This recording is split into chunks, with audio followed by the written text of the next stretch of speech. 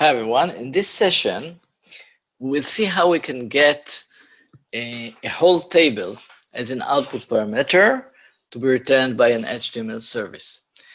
So in the previous sessions we just created an HTML service that gets into the absences module, go to the first page where we had a table of all the absences that have been submitted, and till now what we got from this page is the values of the first row of the table.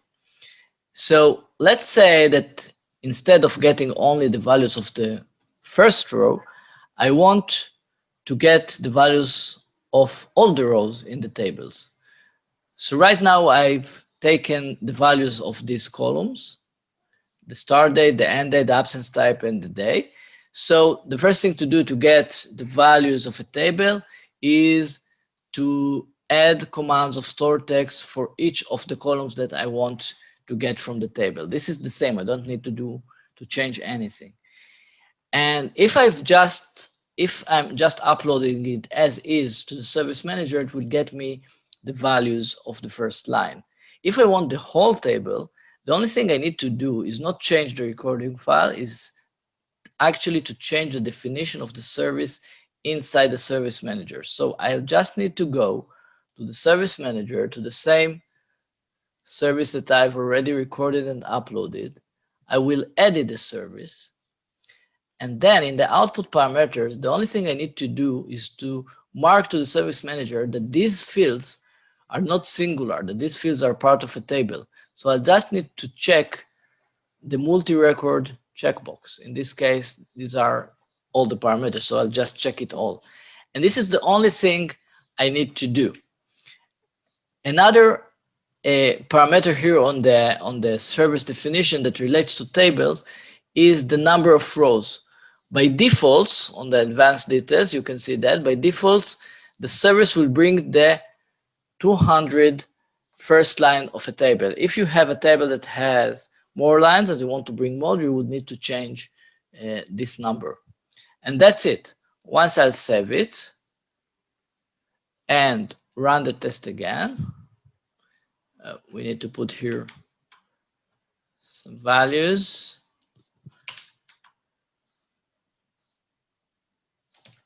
Oh, let's leave it empty to get the whole table.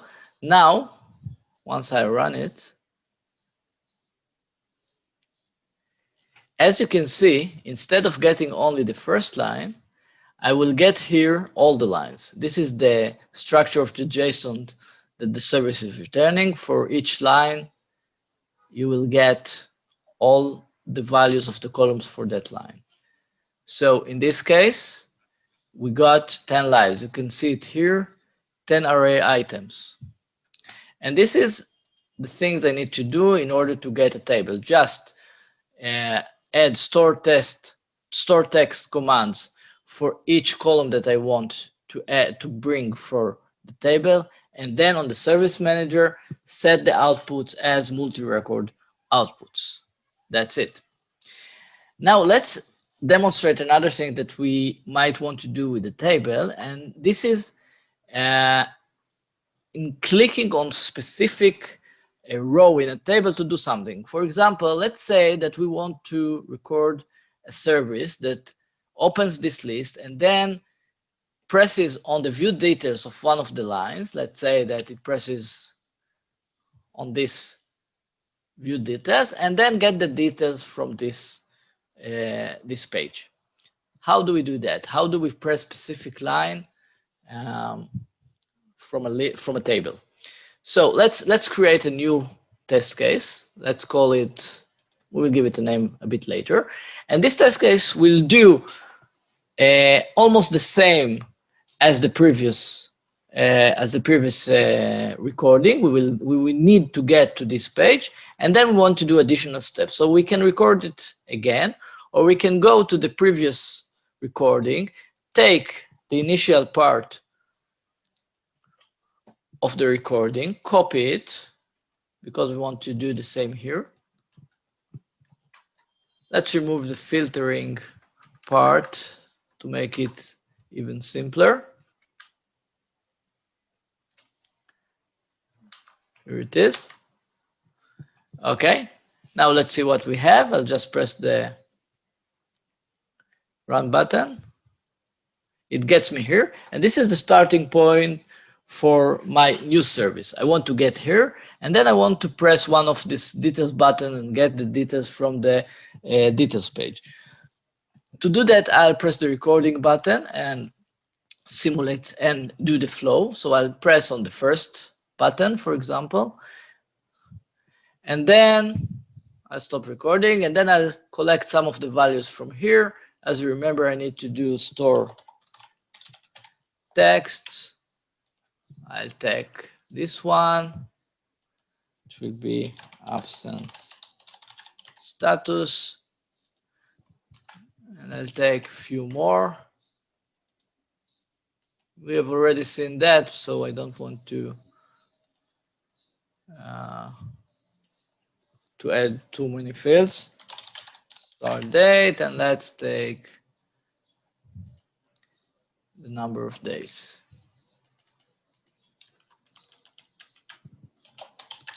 Okay.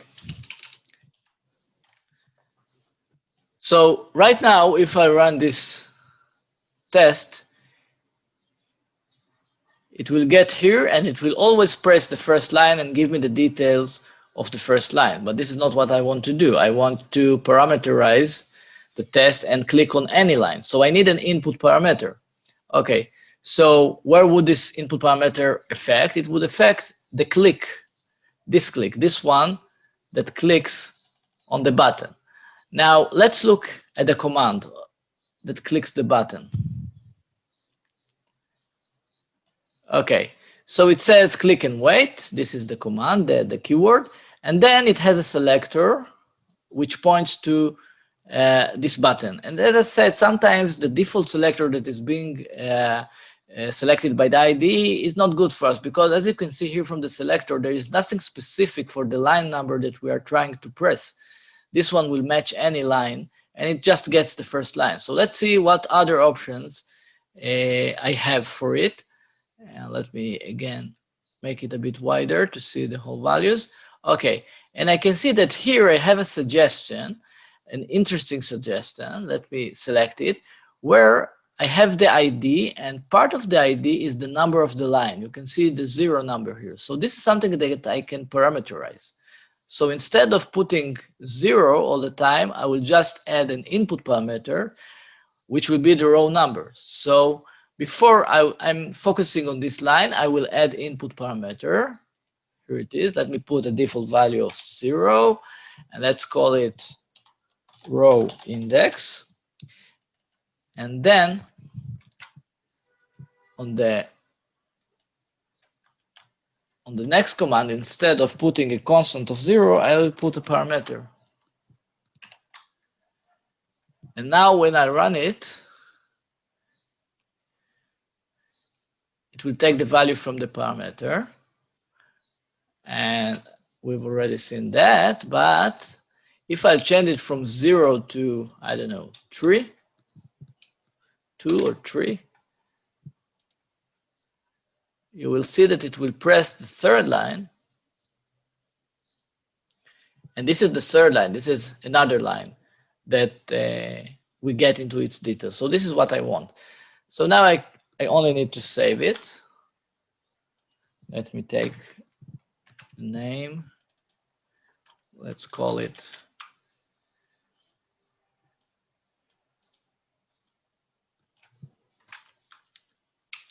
absence details. Let's call it get absence details or line details. So it will be more relevant. And now I'll go to the service manager and I'll upload this service.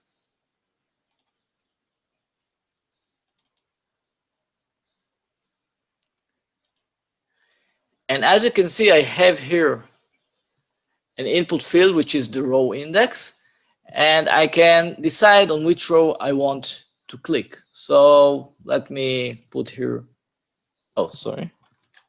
To put here instead of 3, let me put here 1, for example. I'll just create a service. sorry. When I do the test, I'll put here, let's say 2. I run the test. And I get these values, 30th of June, 62. Let's see what I have on line 2. This is 0, 1, 2. So this is the line that I'm pressing. And I have 30th of June, start date, 62. I got to the right line. So this is how I can click on specific line on a table and how I can get all the rows of a table. Thank you.